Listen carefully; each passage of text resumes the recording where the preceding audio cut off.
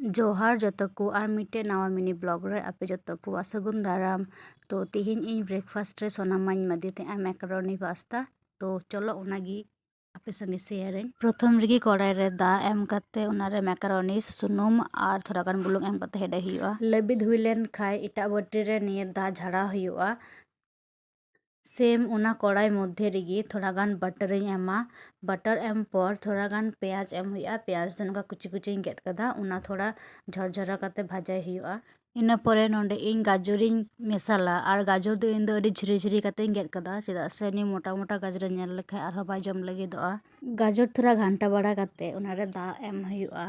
दा थोड़ा हेडे हे लेन खाय उनारे उना मैक्रोनीस को जतो उन एडा इना पर थोड़ा उनारे तोवा एम हुआ तोवा दो आपे बिटे अंदाज लेका पे एमा इन दो नोंडे थोड़ा गान हेड़ेम ᱧᱚᱜ फ्लेवर एम लगी ते ताल मिचरिन एम कदा आपे दो चीनी हपे यूज दाड़ी गया इना परे स्लाइस गेदा ओकाटा चीज जामुआ उना गोटा एम हुआ तो ओरा मस्ते मेसाल हुआ आ नोंडे दो आपे चलका पे कुसिया रासी से लेटो उना दो आपे अनुमान कते पे फेडा